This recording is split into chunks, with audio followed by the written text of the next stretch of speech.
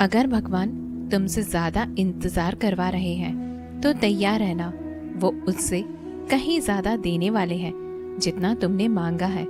जिस तरह लोग मुर्दे इंसान को कंधा देना पुण्य समझते हैं, काश इस तरह जिंदा इंसान को सहारा देना पुण्य समझने लगे तो जिंदगी आसान हो जाएगी। मत सोच इतना जिंदगी के बारे में, जिसने जिंदगी दी है उसने भी तो कुछ सोचा होगा। बेवजह ही नहीं होती लोगों से मुलाकात, किसी से सबक मिलता है तो किसी से ज्ञान। श्री कृष्ण कहते हैं, किसी को दुख देकर मुझसे अपने सुख की इच्छा मत करना, और अगर तुम किसी को एक पल का भी सुख देते हो तो अपने दुख की चिंता कभी मत करना। जब दर्द और कड़वी बोली दोनों सहन होने लगे तो समझ लेना जीना आ गया है। कौन क्या कर रहा है, कैसे कर रहा है, क्यों कर रहा है, इन सब से आप जितना दूर रहेंगे उतना ही खुश रहेंगे। हंसते रहो तो ही दुनिया साथ है, वरना आंसुओं को तो आंखों में भी जगह नहीं मिलती।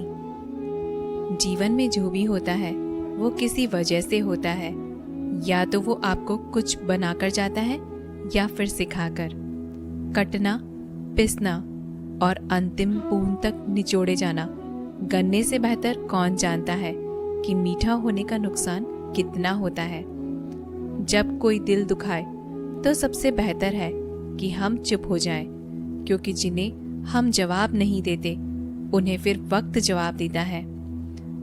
अंधे, बहरे, गूंगे बनकर अपने लक्ष्य पर ध्यान देते रहो। यहाँ इतने खाली लोग हैं कि न खुद कुछ करेंगे न करने वालों को कुछ करने देंगे, और उनका मनोबल भी तोड़ देंगे। लोग जरा सी बात पर आपको छोड़ देते हैं और भगवान जरा सी प्रार्थना से आपको थाम लेते हैं। कर्मों से डरिए, ईश्वर से नहीं। ईश्वर तो माफ कर देता है मगर कर्म नहीं। ये अटल सत्य है कि जैसे बछड़ा 100 गायों में अपनी माँ को ढूंढ लेता है, उसी प्रकार कर्म अपने कर्ता को आज ही नहीं तो कल ढूंढ ही लेता है। नियत साफ और मकसद सही हो तो यकीनन किसी न किसी रूप में ईश्वर भी आपकी मदद करते हैं। जिंदगी में जितना शांत रहोगे अपने आप को उतना ही मजबूत पाओगे, क्योंकि लोहा ठंडे होने पर मजबूत होता है। गरीब रहोगे कोई ध्यान नहीं देता, मेहनत करोगे तो सब हंसेंगे, लेकिन जब कामयाब हो जाओगे तो सब जलेंगे। जिंदगी वो हिसाब है जिसे पीछे जाकर सही नहीं किया जा सकता, इसलिए आज में सुधार करें और पुरानी बातों को अनुभव की तरह इस्तेमाल करें। जिस जिंदगी में उत्साह, लक्ष्य और अनुशासन ना हो उसे जिंदगी जीना नहीं, जिंदगी काटना कहते हैं। कभी कभी आप बिना कुछ गलत किए भी बुरे बन जाते हैं, क्योंकि जैसा लोग चाहते थे आप वैसा नहीं करते। जिस मनुष्य के हृदय में सच्ची मानवता हो उसकी सोच हमेशा यही होगी कि मुझे मिला हुआ दुख किसी को ना मिले और मुझे मिला हुआ सुख सबको मिले। मैंने हंसकर भी देख लिया और रोकर भी देख लिया, किसी को पाकर और किसी को खोकर देख लिया, और ये जान लिया कि जिंदगी वही जी सकता है जिसने अकेले जीना सीख लिया। जिंदगी बहुत कुछ सिखाती है, थोड़ा रुलाती है, थोड़ा हंसाती है। खुद से ज्यादा किसी पर भरोसा मत करना, क्योंकि अंधेरे में तो परछाई भी साथ छोड़ जाती है। अगर कोई आपको सच्चा प्यार करता है तो वह आपको समय जरूर देगा, आपका हर स्थिति में साथ देगा और हमेशा आपके लिए समर्पित रहेगा, क्योंकि सच्चा प्यार एक दूसरे की खुशियां चाहेगा, आंखों में पानी नहीं। लोहे को कोई नष्ट नहीं कर सकता, बस उसका जंग उसे नष्ट कर सकता है। इसी तरह आदमी को कोई और नहीं बल्कि उसकी सोच ही नष्ट कर सकती है। इसलिए सोच अच्छी रखो, निश्चित अच्छा ही होगा। इतने कमजोर मत बनो कि कोई भी आपको तोड़ सके, बल्कि इतने मजबूत बनो कि आपको तोड़ने वाला खुद ही टूट जाए। दर्द आपको मजबूत बनाता है, डर आपको बहादुर बनाता है, अनुभव आपको सीख देता है। जिस दिन हम समझ जाएंगे कि सामने वाला गलत नहीं, सिर्फ उसकी सोच हमसे अलग है, उस दिन जीवन में सब दुख दूर हो जाएंगे। क्यों रोते हो मन का ना होने पर, जो लिखा है वो होकर रहेगा। एक रास्ता बंद करने से पहले भगवान 10 रास्ते खोल देते हैं। गर्मी के मौसम में पत्ते सूखने के बाद भी पंछी घोंसला नहीं छोड़ते, क्योंकि वो जानते हैं कि फिर से बरसात आएगी और पेड़ पर नए पत्ते आएंगे। जो हुआ उसे भूलकर नई शुरुआत करो और याद रखो, जिसका कोई नहीं होता उसका भगवान होता है। मतलब से जुड़े रिश्ते मतलब तक साथ देते हैं, लेकिन दिल से जुड़े रिश्ते आखिरी सांस तक निभाते हैं।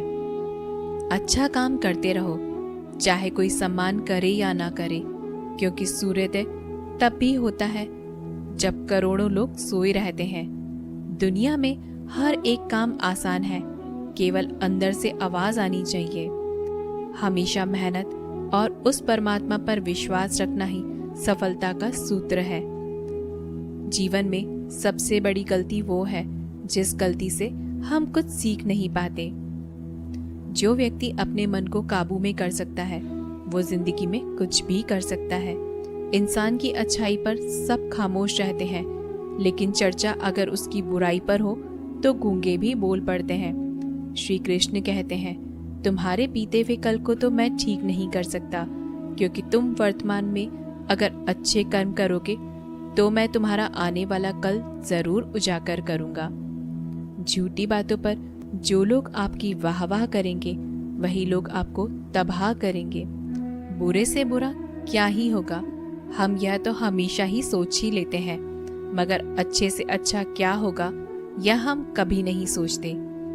जो ईश्वर रात को पेड़ पर बैठे पक्षियों को भी कभी गिरने नहीं देता, तो सोचो वो तुम्हें अकेला और बेसहारा कैसे छोड़ सकता है।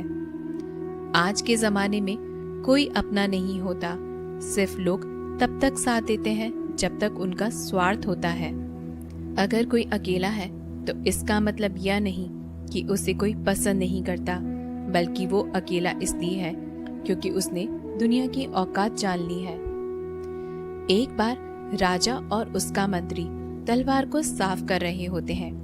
तलवार को साफ करते समय अचानक राजा के पैर पर तलवार गिर जाती है और राजा की पैर की उंगली कट जाती है।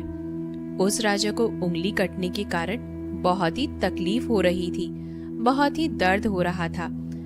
लेकिन उसका मंत्री कहता है, शांत रहिए महाराज, जो कुछ भी होता है अच्छे के लिए होता है। राजा को ये बात सुनकर बहुत गुस्सा आता है। वो मंत्री से कहते हैं, मेरी उंगली टूट गई और तुम कह रहे हो कि अच्छा हुआ, इसमें अच्छा क्या है।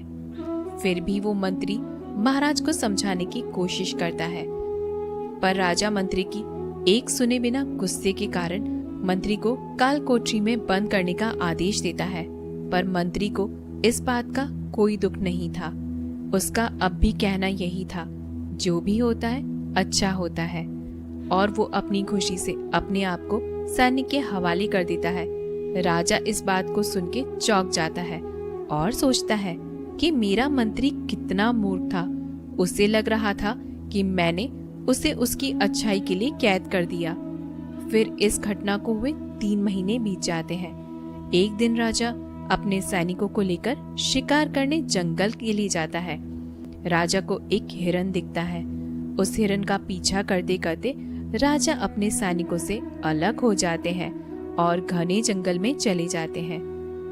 पर वो उस हिरन को पकड़ नहीं पाते और जंगल में खो जाते हैं। जब राजा को पता चलता है कि वो जंगल में खो गए हैं, तब वो बाहर जाने का रास्ता ढूंढते हैं।